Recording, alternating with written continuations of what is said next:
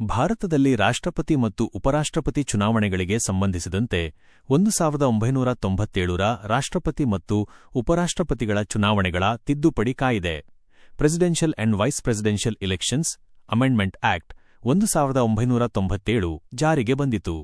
ಇದು 1952ರ ಮೂಲ ಕಾಯ್ದೆಗೆ the presidential and vice presidential elections act 1952 ಪ್ರಮುಖ ತಿದ್ದುಪಡಿಗಳನ್ನು ತಂದಿತು. ಈ ತಿದ್ದುಪಡಿಯ ವಿಸ್ತರಣೆ ಮತ್ತು ಅದರ ಪ್ರಮುಖ ಬದಲಾವಣೆಗಳು ಈ ಕೆಳಗಿನಂತಿವೆ. ಪ್ರಮುಖ ತಿದ್ದುಪಡಿಗಳು 1997 1997ರ ಕಾಯ್ದೆಯು ಮುಖ್ಯವಾಗಿ ಚುನಾವಣೆಗೆ ಸ್ಪರ್ಧಿಸುವ ಅಭ್ಯರ್ಥಿಯ ನಾಮಪತ್ರಕ್ಕೆ ಸಂಬಂಧಿಸಿದಂತೆ 2 ಮಹತ್ವದ ಬದಲಾವಣೆಗಳನ್ನು ಮಾಡಿತು. ಈ ಬದಲಾವಣೆಗಳನ್ನು ತರಲು ಮುಖ್ಯ ಕಾರಣ ಅನಗತ್ಯ ಗಂಭೀರವಲ್ಲದ ಅಭ್ಯರ್ಥಿಗಳು ರಾಷ್ಟ್ರಪತಿ ಚುನಾವಣೆಯಲ್ಲಿ ಸ್ಪರ್ಧಿಸುವುದನ್ನು ತಡೆಯುವುದು. 1.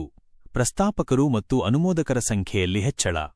ರಾಷ್ಟ್ರಪತಿ ಚುನಾವಣೆಯಲ್ಲಿ ಸ್ಪರ್ಧಿಸುವ ಅಭ್ಯರ್ಥಿಯ ನಾಮಪತ್ರವನ್ನು ಬೆಂಬಲಿಸುವ ಪ್ರಸ್ತಾಪಕರು, ಪ್ರಪೋಸರ್ಸ್ ಮತ್ತು ಅನುಮೋದಕರ ಸೆಕೆಂಡರ್ಸ್ ಕನಿಷ್ಠ ಸಂಖ್ಯೆಯನ್ನು ಈ ಕಾಯಿದೆ ಹೆಚ್ಚಿಸಿತು.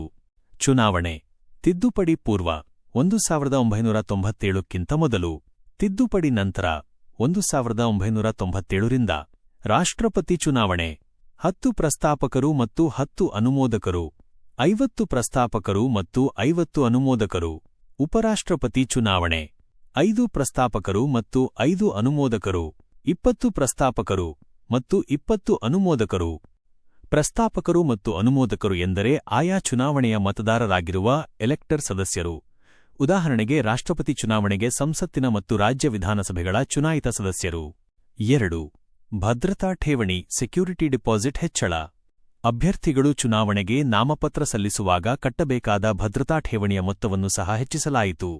ಚುನಾವಣೆ ತಿದ್ದುಪಡಿ ಪೂರ್ವ 1997ಕ್ಕಿಂತ ಮೊದಲು, ತಿದ್ದುಪಡಿ ನಂತರ 1997ರಿಂದ ರಾಷ್ಟ್ರಪತಿ ಮತ್ತು ಉಪರಾಷ್ಟ್ರಪತಿ ಚುನಾವಣೆ ಭಾರತೀಯ ರೂಪಾಯಿ 2500 ಭಾರತೀಯ ರೂಪಾಯಿ 15,000. 1952ರ ಮೂಲ ಕಾಯ್ದೆಯ ಸಂಕ್ಷಿಪ್ತ ಮಾಹಿತಿ. 1997ರ ತಿದ್ದುಪಡಿಯು 1952ರ ರಾಷ್ಟ್ರಪತಿ ಮತ್ತು ಉಪರಾಷ್ಟ್ರಪತಿಗಳ ಚುನಾವಣೆಗಳ ಕಾಯ್ದೆ presidential and vice presidential elections act 1952 ಅಡಿಯಲ್ಲಿ ಕಾರ್ಯನಿರ್ವಹಿಸುತ್ತದೆ.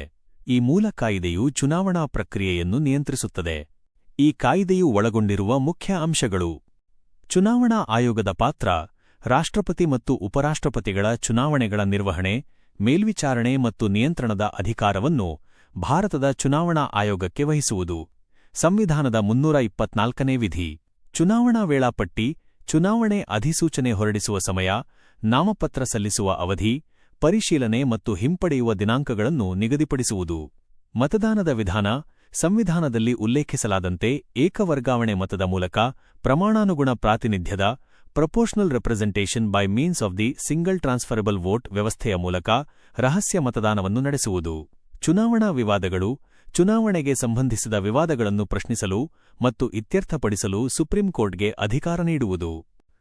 ಈ 1997ರ ತಿದ್ದುಪಡಿಯ ಮೂಲಕ ಚುನಾವಣೆಯಲ್ಲಿ ಸ್ಪರ್ಧಿಸುವ ಅಭ್ಯರ್ಥಿಗಳಿಗೆ ವಿಧಿಸಲಾದ ಷರತ್ತುಗಳನ್ನು ಹೆಚ್ಚು ಕಟ್ಟುನಿಟ್ಟಾಗಿ ಮಾಡಲಾಯಿತು.